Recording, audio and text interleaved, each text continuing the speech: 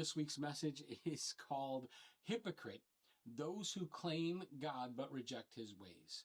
Why did I start here? How did I come up with this title? Well, when you read the scripture, there are certain times that the Lord just arrests your heart. That's kind of how I feel. Like I'm reading a passage and the Lord just stops me in my tracks. And this week, as we looked at Isaiah chapter 10, there's a word that jumps out to me that tells me I need to stop here and explain this word. That word is hypocrite. Let me show you what I mean.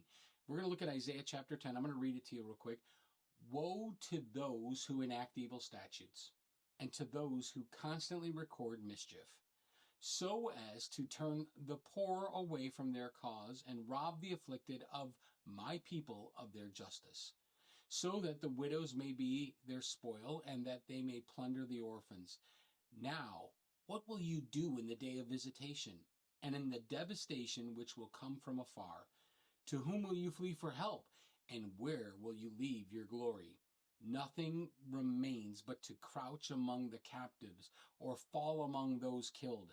In spite of all this, his anger does not turn back, and his hand is still stretched out.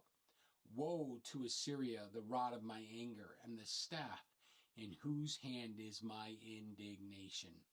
I send it against a godless nation. See, this word for godless nation is the same word, hypocrite. Isn't it interesting? So, I wanted to stop here because this idea of what a hypocrite is tremendous in Scripture. It is a powerful word that we see in both the Old Testament and the New Testament. Interesting fact, we see this word used 8 times in the book of Job. Fascinating to me why this book, which talks so much about suffering, we see the word hypocrite used.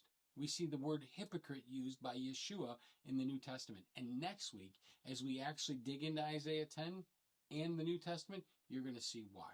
Well, before I get into the lesson, let's ask you a couple questions to think about as you wrestle through the idea of a hypocrite.